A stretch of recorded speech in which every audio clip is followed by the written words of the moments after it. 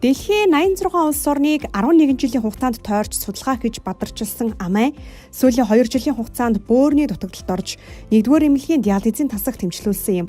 Харин тэр 20 гаруй өдрийн өмнө бөөр шилжүүлэн сулгах хаалгаанд орж амжилттай болсон. Бид түүнтэй энэ талаар нь ярилцахаар цаг товлолоо. Хаана очиж ярилцах уу гэхэд гал түлээд гэртээ сууж байх сайхан шүү дээ гэсээр үлцэд хороололдох өргөөр нь хөдөллөө. Түүнтэй бид уулзсан шалтгаан нь Монгол улсын иргэд гадаад улсад эмчилгээ хийлгэж их хэмжээний зардал гаргадаг. Тухайлбал Монгол банкнаас гаргасан судалгаагаар 2011-ээс 2014 онд гадаад улс руу эмчлүүлэх зорилгоор аялсан Монгол иргэд хамгийн багадаа жилд дунджаар 58 сая долларыг зарцуулсан бөгөөд ихэвчлэн Солонгос, Хятад, Энэтхэг, Таиланд улсууд руу явсан байдаг. Энэ үзүүлэлт жил бүр өсдөг гэдгийг эрүүл мэндийн яам мэдээлсэн.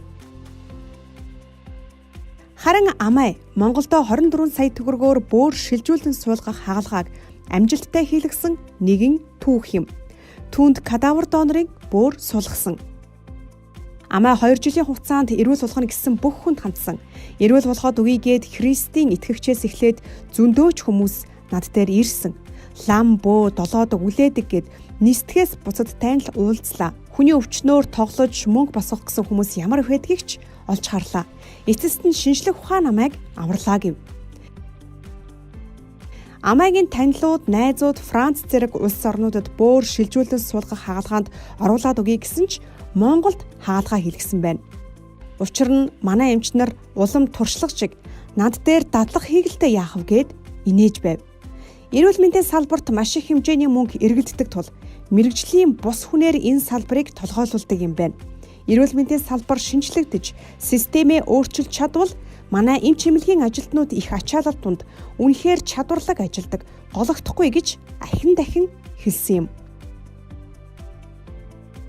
Амай дэлхийн 86 улс орныг 11 жил тойрохдоо мопедноос онхолдон шархтаж, дайнтай улсын цэргүүдэд буу тулгуулж, өвдөж, өлсөж, далайн хүчтэй салхийг туулсан гэх мэт эгээл кино шиг адал явдалтай хувь тавиланг бүтээсэн. Харин 40 иргэм наснда үхэж магадгүй тухай бодолтой байсан тэр өнөөдөр ихийг хийн гээд инээж суун. Амай үзэгч танд нэгэн захиа хэлсэн.